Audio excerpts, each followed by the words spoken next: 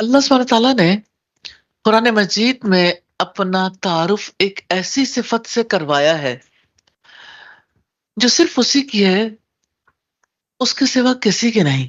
وہ فرماتا ہے امن یجیب المضطر اذا دعاہ ویکشف السوء، یا وہ کون ہے جو بے قرار کی دعا سنتا ہے اور قبول کرتا ہے، جب بھی وہ اسے پکارتا ہے اس کی تکلیف کو وہ دور کرتا ہے۔ اس آیت میں اللہ سبحانہ تعالیٰ نے دعا کرنے والے کا ذکر نہیں کیا۔ امن یجیب المضطر اذا دعاہ، دعا کرنے والا کہاں ہے؟ اللہ سبحانہ تعالیٰ نے اس کے مقصد کو ہی پورا کر دیا اور یہ سوال کیا ہے کہ دیکھو، جب کبھی کوئی بے قرار ہوتا ہے تو وہ کون ہے جو دعاؤں کو قبول کرتا ہے؟ وہ کون ہے جو بے قرار دل کو سکون عطا کرتا ہے؟ تو اللہ تعالیٰ نے دعا کے حوالے سے بڑی اہم بات سکھائی ہے کہ آپ اپنا رخ اللہ تعالیٰ کی طرف کرو۔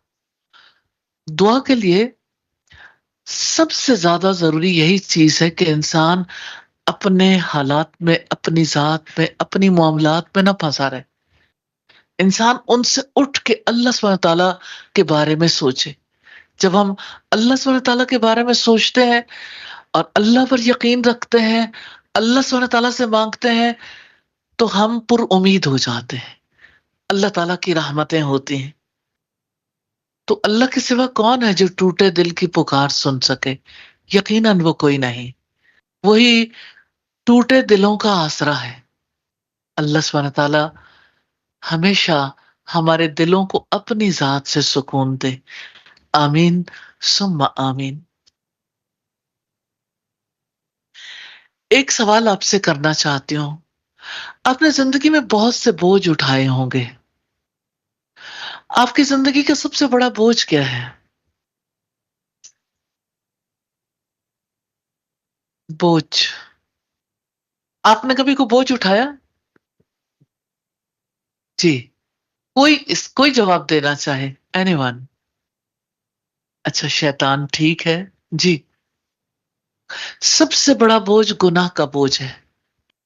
دیکھیے، انسان سمجھتا ہے غربت سب سے بھاری بوجھ ہے۔ جب آپ کے پاس مالی طور پر کشادگی نہ ہو تو بہت زیادہ انسان بوجھل ہو جاتا ہے۔ آپ سوچئے آج رات کو کیا کھانا بننا ہے، گھر میں کوئی چیز نہیں،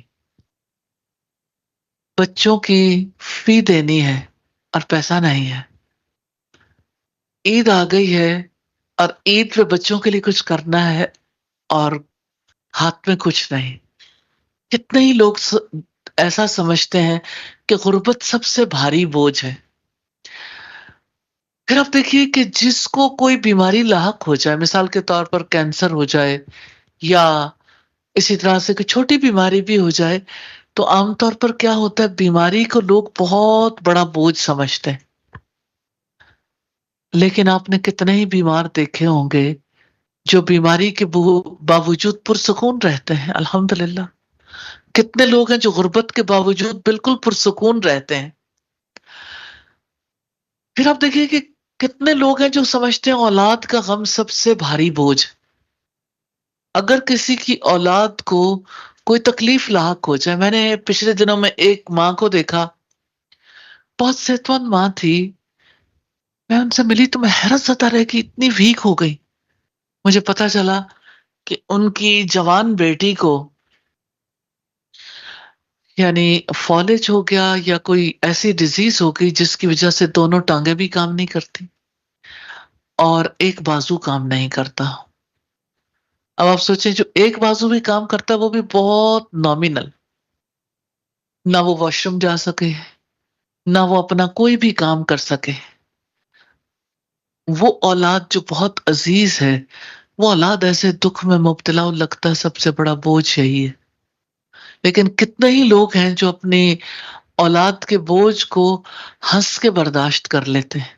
میں نے پچھلے دنوں ایک خاتون کو دیکھا جن کے دونوں بچے، لڑکا بھی اور لڑکی بھی، دونوں جوان ہو گئے اور دونوں ہی نہ صحیح بول سکتے ہیں، نہ چل سکتے ہیں، نہ یعنی پورے طریقے سے ہینڈی کیپڈ، معذور ہیں، دونوں بچے اسپیشل چائلڈ ہیں۔ اس خاتون نے اس بوجھ کو ہنس کے برداشت کر لیا کہ میں صرف اپنے بچوں کا بوجھ نہیں اٹھاؤں گی، سوسائٹی کے بچوں کا بھی بوجھ اٹھاؤں گی۔ اس کے ساتھ ایک بہت بڑی ٹیم کام کر رہی ہے، اور اس کے کام کو آج ساری دنیا اپریشیٹ کر رہی ہے، لیکن اپنے بچوں کو اس نے جیسے صحیح سالم بچوں کو جو بہت فرما بردار ہوں، جو بہت زیادہ ماں باپ کے لیے یعنی آنکھوں کی ٹھنڈک ہو، جیسے ان کو پھولوں کی طرح رکھتے ہیں نا، میں نے اس عورت کو دیکھا کہ ان بچوں کو بھی اس نے پھولوں کی طرح رکھا ہے۔ تو اس کا مطلب یہ کہ کوئی بھی بڑے سے بڑا بوجھ ہو، انسان، سارے انسان ایسے نہیں ہوتے جو اس کو بوجھ سمجھتے ہوں۔ تو اولاد کا غم بوجھ ہوتا ہے، لیکن سب سے بڑا بوجھ نہیں ہے۔ فائنینشلز کا بوجھ ہوتا ہے، لیکن سب سے بڑا غم نہیں ہے، سب سے بڑا بوجھ نہیں۔ انسان کے لیے سب سے بھاری بوجھ گناہ کا ہے۔ گناہ دل پر پتھر کی طرح بیٹھ جاتا ہے، انسان کا دل اس کے نیچے سے نکل نہیں پاتا، انسان کی روح چیختی ہے، چلاتی ہے۔ سم ٹائمز ایسا ہوتا ہے کہ گناہ آپ کی نیند کو بھی چھین لیتے ہیں۔ کتنے ہی لوگ ہیں جنہیں گناہوں کا احساس بھی نہیں ہوتا، لیکن ایک سٹیج زندگی میں آتی ہے جہاں پھر گناہوں کا احساس ہوتا ہے، اور جہاں گناہ بوجھ بن جائے نا، تو انسان کو نماز میں بھی چین نہیں آتا، نماز میں بھی مزہ نہیں ملتا۔ اور پھر آپ سوچئے کہ جو گناہ کے بوجھ تلے دبا ہو، اس کے اپنے بچوں کے ساتھ تعلقات ٹھیک ہوں گے، یا شوہر کے ساتھ، یا شوہر کے تعلقات بیوی کے ساتھ ٹھیک ہوں گے، یا آپس میں رشتہ داروں کے ساتھ۔ گناہوں کا بوجھ تو بچوں سے محبت میں بھی رکاوٹ بن جاتا ہے۔ گناہوں کا بوجھ تو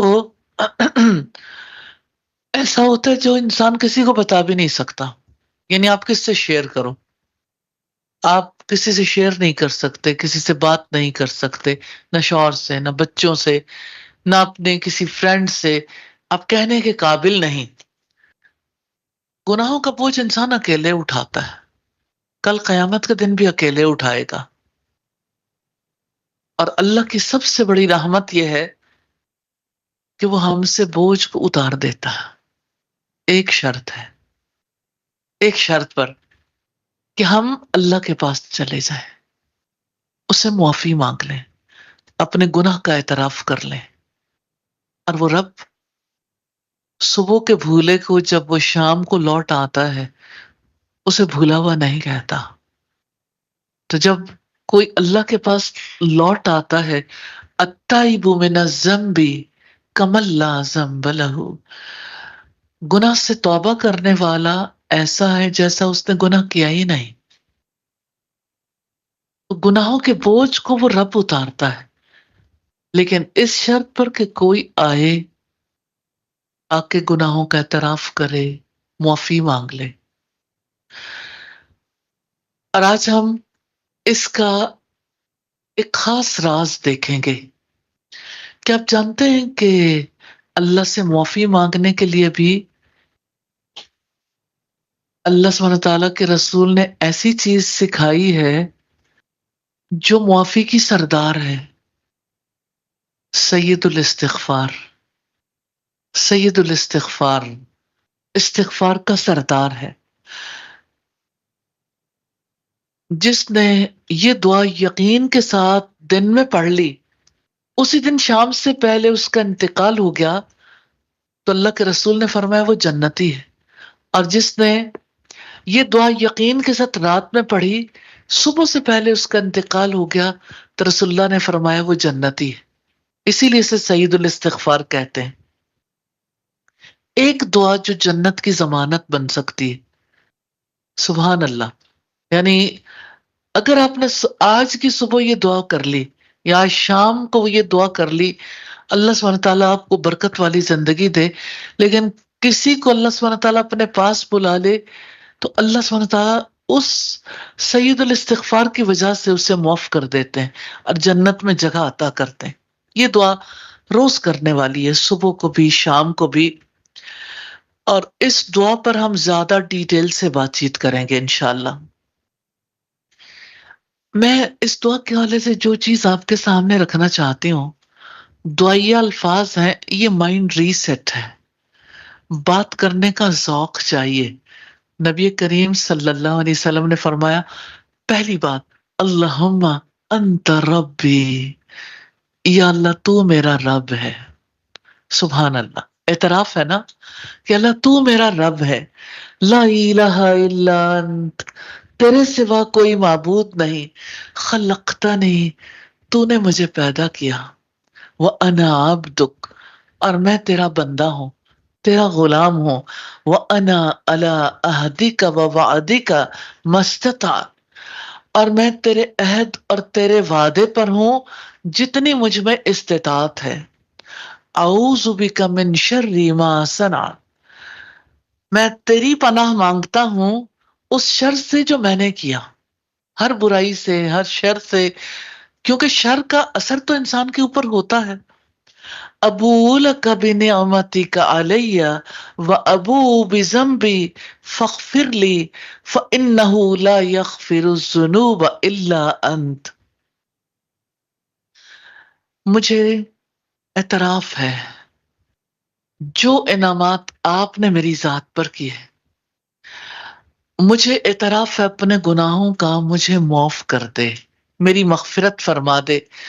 کیوں؟ فَإِنَّهُ لَا يَغْفِرُ الذُّنُوبَ إِلَّا أَنْتَ، تیرے سوا کوئی گناہوں کو معاف کرنے والا نہیں. دعا میں آپ کا دل کیسے شامل ہوگا؟ آپ دعا کو سمجھیں، الفاظ کو، اس کی حکمت کو سمجھیں. اس کا طریقہ کار تو اللہ کے رسول نے سکھایا. جب آپ سمجھ کے ان کو اس طرح سے دعا کریں گے، انشاءاللہ تعالیٰ آپ کی دعاؤں میں یقین کا رنگ آئے گا، محبت کا رنگ آئے گا، آپ کے اعتراف کا رنگ آئے گا، تو اللہ سبحانہ تعالیٰ کی طرف سے آپ کا بوجھ اتار دیا جائے گا انشاءاللہ. میں اس دعا کے بارے میں یہ یقین رکھتی ہوں کہ یہ دعا صرف اللہ سبحانہ تعالیٰ سے مانگنے کی نہیں ہے. یہ دعا ایسی ہے جس میں ہمیں جینا چاہیے. انسان جیسے اپنی اولاد کے بارے میں جیتا ہے نا، تو اولاد میں جیتا ہے تو اولاد کو سوچتا ہے. ایک چھوٹے بچے کی ماں کو دیکھیں، نیو بورن بیبی، اس کو ہر وقت کس چیز کی فکر ہوتی ہے؟ بچہ روئے، اس کو بھوک لگی ہوگی، یا اس کا پیمپر گیلا ہو گیا ہوگا، بچے کو نیند ٹھیک آ جائے. اس نے اگر دودھ پی لیا تو اس کو جو ہے وہ برپنگ کراتی ہے. بچے کی ایک ایک ایک ایک نیڈ کو وہ دیکھتی ہے، اس وقت بچے کو کس چیز کی ضرورت ہے. 40 ڈیز میں ماں کی کیفیت ایسی ہوتی ہے، وہ بچے سے جدا ہونا اس کے لیے بہت مشکل ہوتا ہے. تو ماں جو ہے وہ بچے میں جیتی ہے. دعاؤں میں جیئیں، دعا میں جینا سیکھیں.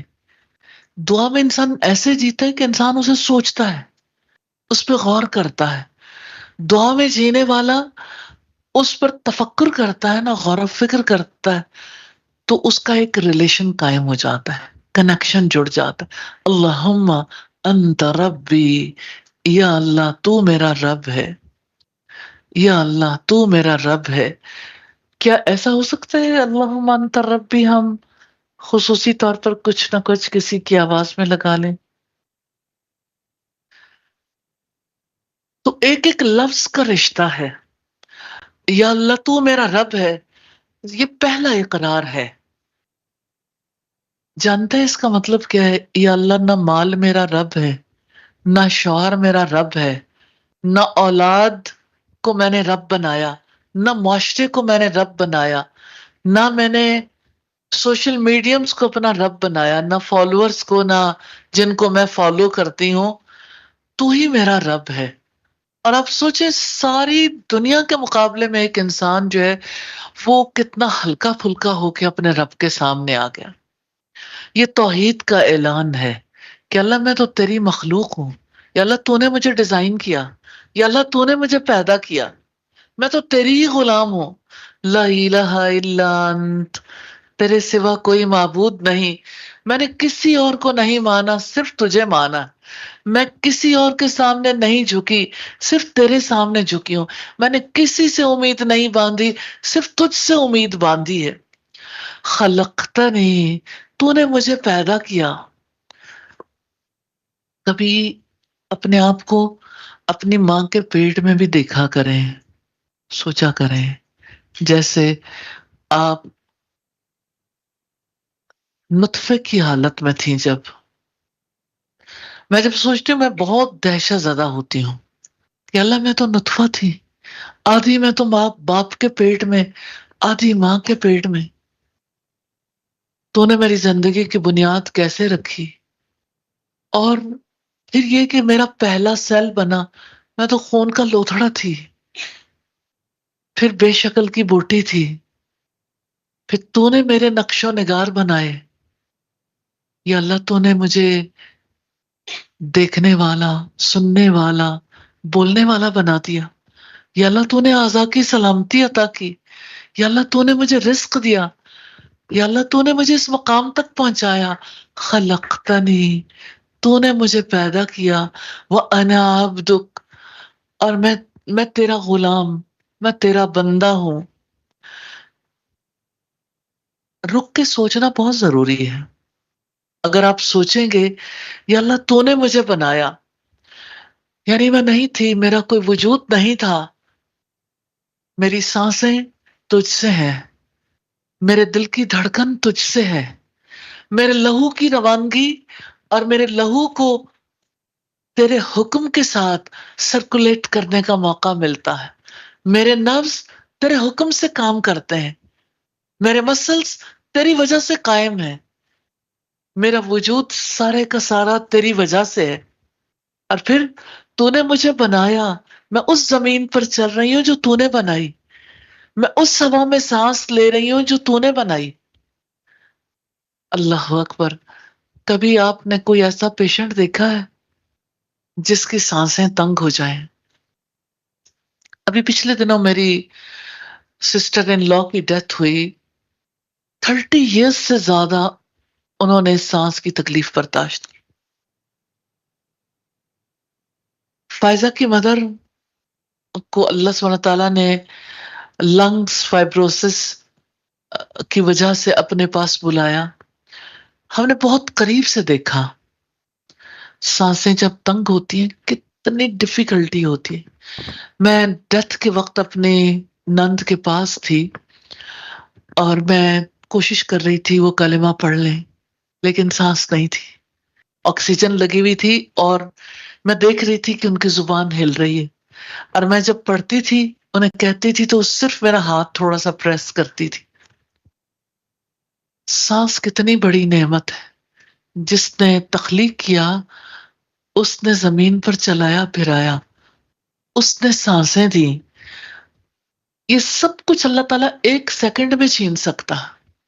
ایک سیکنڈ میں آنکھوں کی روشنی غائب ہو سکتی ہے، ایک سیکنڈ میں ہمارے کان سننے سے رک سکتے ہیں، ایک سیکنڈ میں ہماری زبان بولنے سے رک سکتی ہے.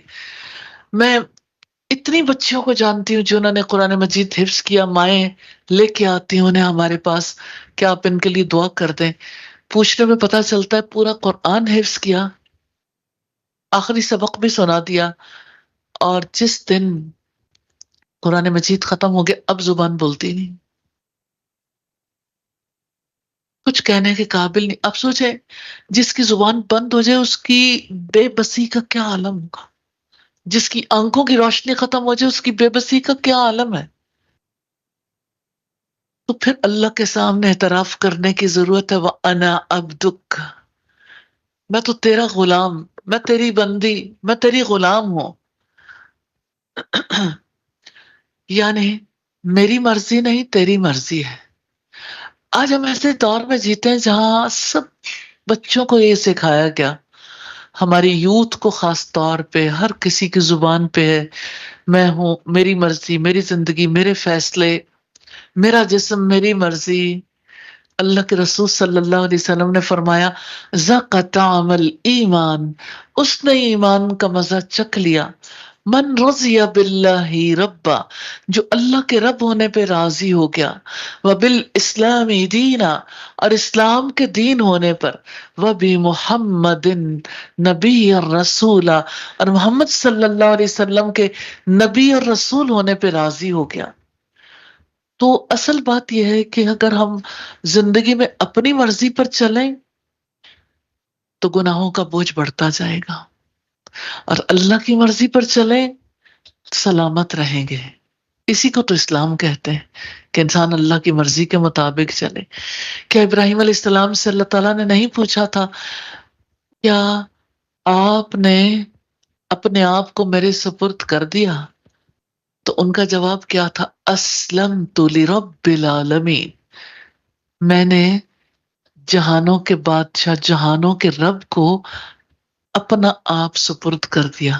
تو انسان اپنا آپ کیسے سپرد کرتا ہے؟ اپنی مرضی، کہ میں نے اپنی مرضی سرنڈر کر دی. اسلام کیا ہے؟ Total submission and no resistance. Resistance کتنی آتی ہے نا دل میں، اللہ کے کسی حکم کے بارے میں، سوسائٹی کسی اور طرف چل رہی ہو اور اللہ سبحانہ تعالیٰ کا حکم کسی اور جانب ہو، تو ریزسٹنس جب تک رہتی ہے انسان اپنی مرضی کو سبمٹ نہیں کر سکتا. تو جب ہم کہتے ہیں نا وَأَنَا عَبْدُكَ، تو یہ بات جھوٹ ہو جائے گی اگر ہم اپنی مرضی سبمٹ نہیں کرتے. اپنی مرضی اللہ کی مرضی کے آگے جھکانی پڑتی ہے. وَأَنَا عَلَىٰ عَهْدِكَ وَوَعْدِكَ مَا اسْتَطَعْتُ، اور میں اپنی طاقت کے مطابق اور اپنے عہد کے مطابق،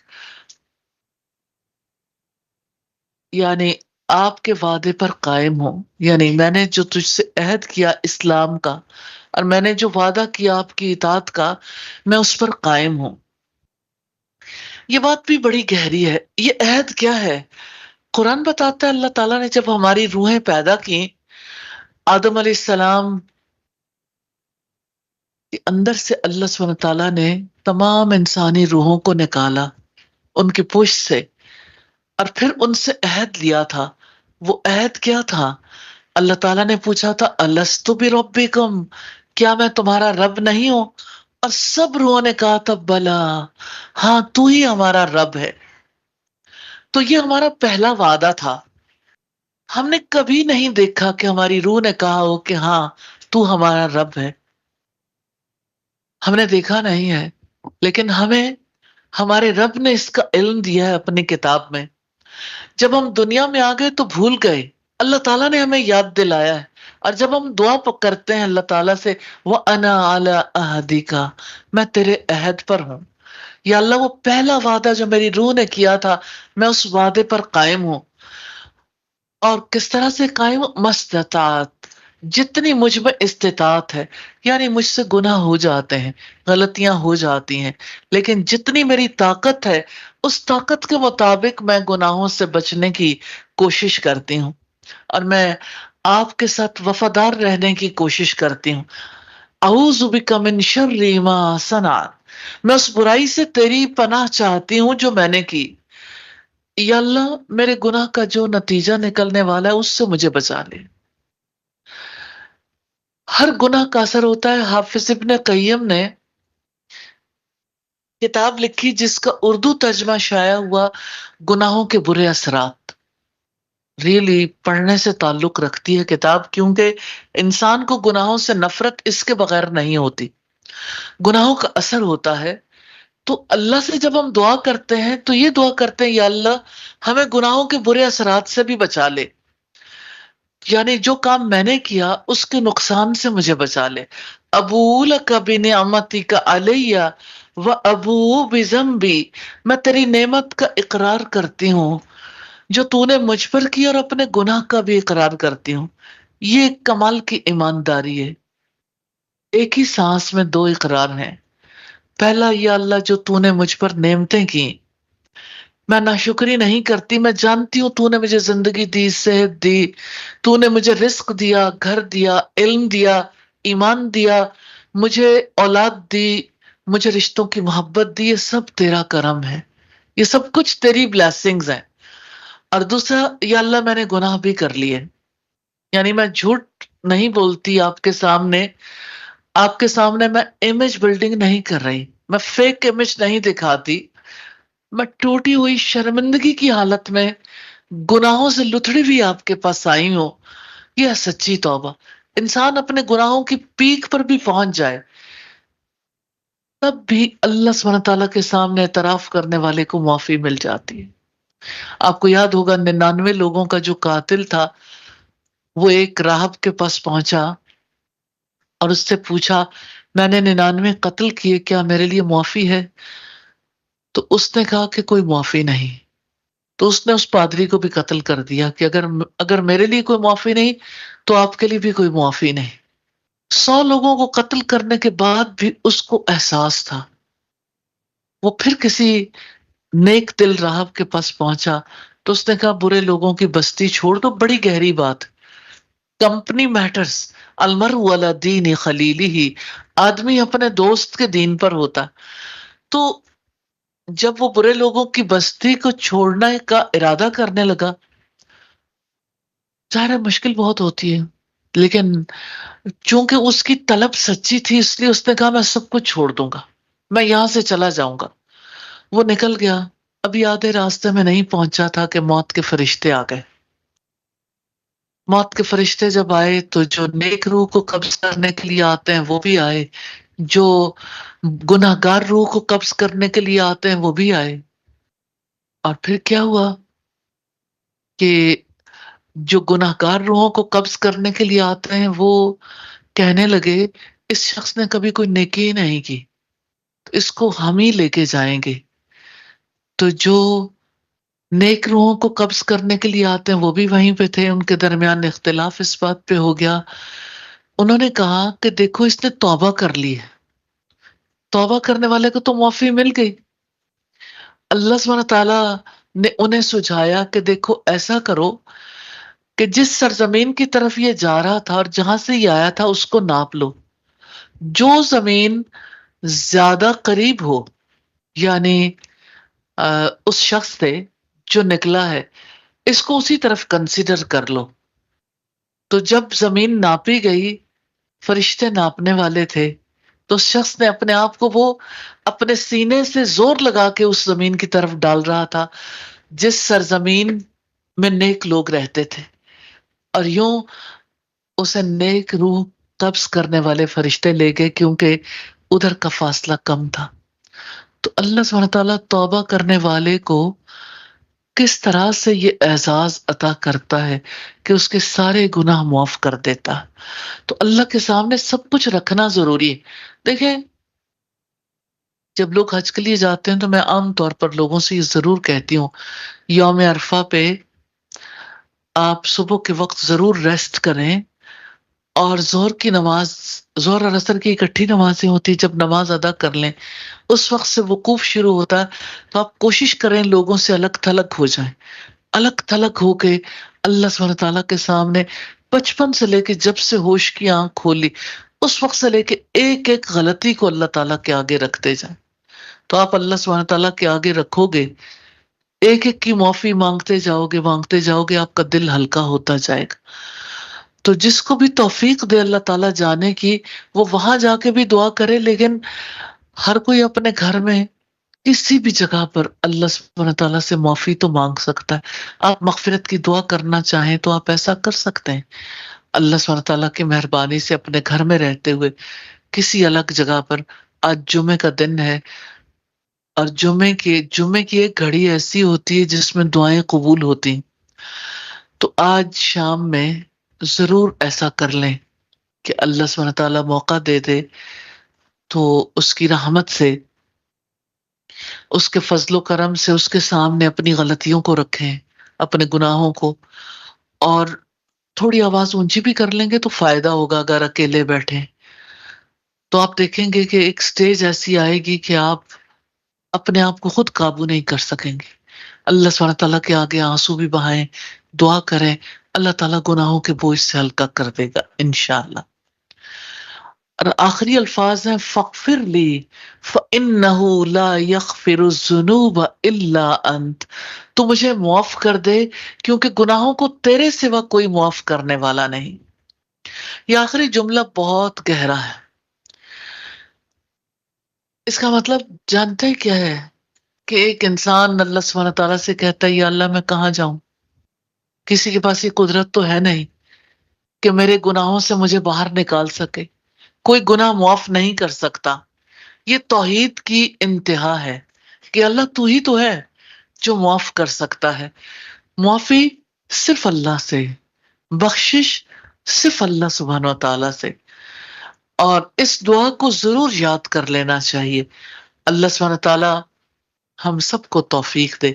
تو اس دعا کو دہرا لیتے ہیں، اللہم اللہم انت ربی لا الہ الا انت خلقتنی وانا عبدک وانا علی عہدک ووعدک ما استطعت۔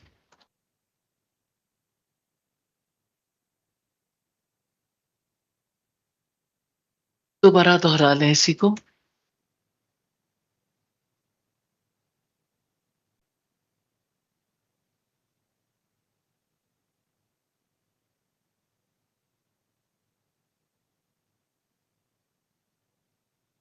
اعوذ بک من شر ما صنعت ابوء لک بنعمتک علی وابوء بذنبی فاغفر لی فإنه لا يغفر الذنوب إلا أنت۔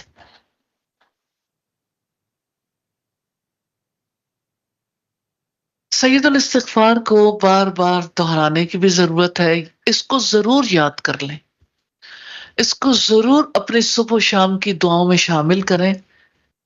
لیکن عام طور پر اگر سید الاستغفار کی طرح دعا ہر وقت نہیں ہو سکتی تو اللہ کے رسول صلی اللہ علیہ وسلم نے استغفار کے چھوٹے چھوٹے کلمات سکھائے، جیسے استغفر اللہ۔